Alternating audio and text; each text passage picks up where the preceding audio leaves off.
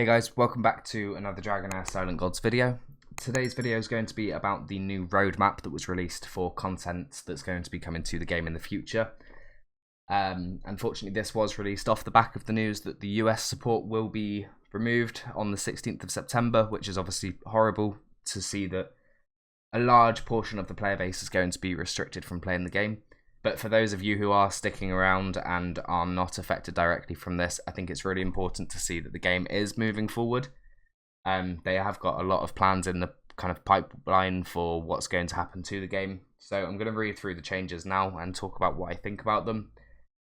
So, dear travellers, thank you for supporting us along the journey in Dragonheir Silent Gods. We are delighted to witness your adventures and have received numerous recognitions and suggestions. One of the issues you are most concerned about has always been future game content. This has been our primary focus.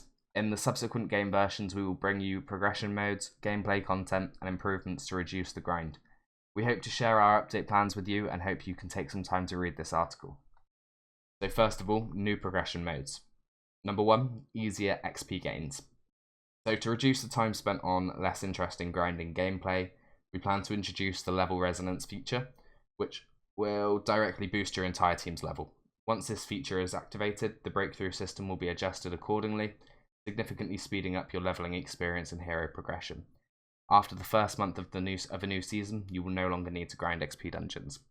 So the way this is going to work is, I'm imagining, like many other games, like for example AFK Journey, Eternal Evolution I believe had it, all of your heroes will scale to the level of your lowest level hero, so you probably pick 5 heroes for your resonance and everything else will match the lowest one. So you'll normally have to do these, like level them up in kind of batches to, normally they can't be like more than 10 levels above each other or something, but eventually once you get those 5 heroes to level 100, everything else will probably be level 100 too.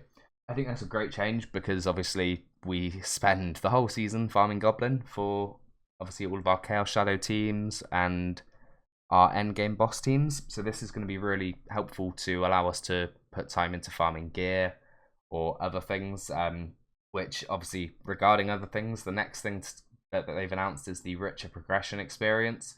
So we hope all players can enjoy a bit more intuitive, positive gaming experience during the mid to late season progression. We will introduce a hero talent system, providing heroes with multiple branch talent trees. By choosing these different talent paths for your heroes, they can specialize in certain areas, bringing you more diverse battle strategies and deeper progression experiences. The corresponding elemental talent dungeon will also be launched along with this system.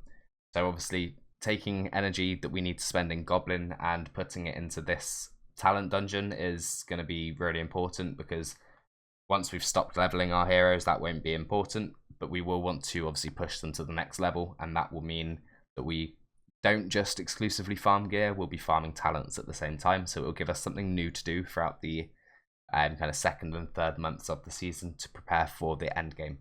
So to make the roles of various heroes more distinct, we're also working on an equipment attribute enhancement feature. This will offer you more freedom when you're configuring lineups.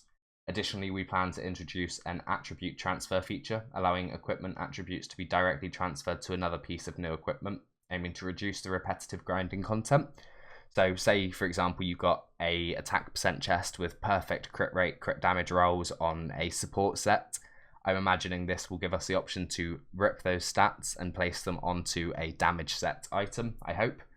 I wonder if that works with mythical items, because that would be crazy to obviously be able to get a perfectly statted mythical item in the right sets.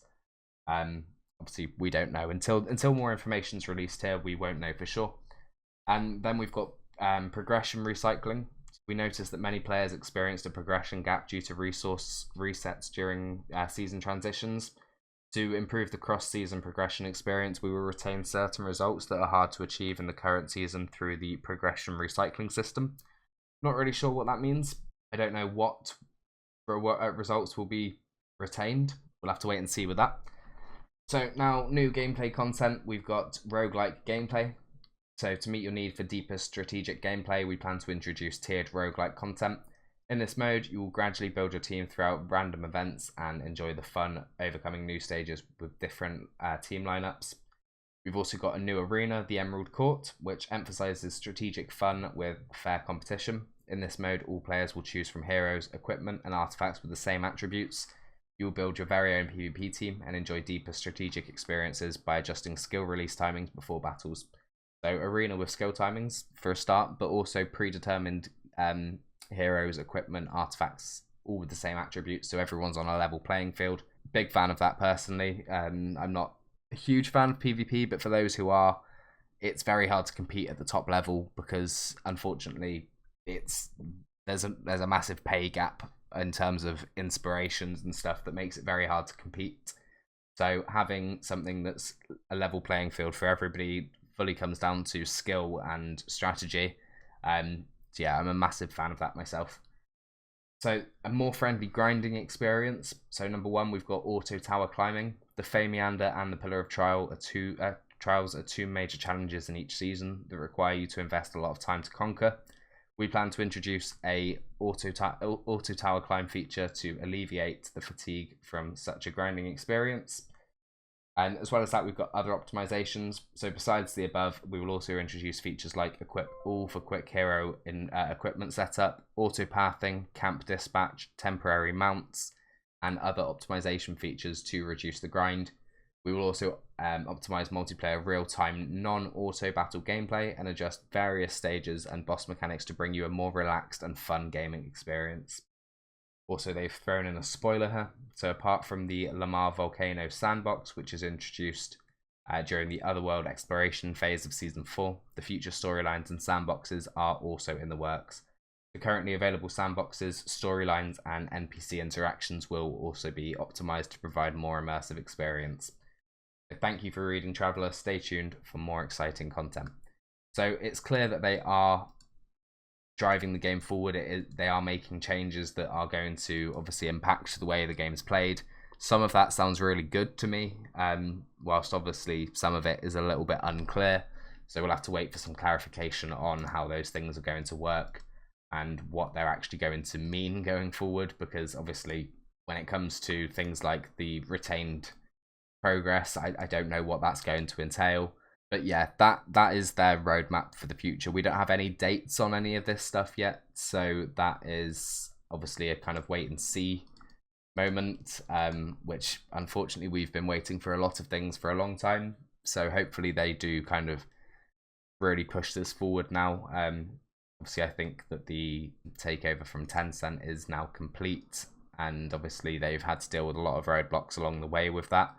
So hopefully now that's all out the way, they can really focus on improving the game and bringing a better experience to all of us. So yeah, that is all for this video. Obviously, I do just want to say a massive thank you to everybody in the community and the team at Dragonheir Silent Gods for making this journey so far possible. So yeah, that is everything. Thank you very much for watching, and I'll see you in the next one.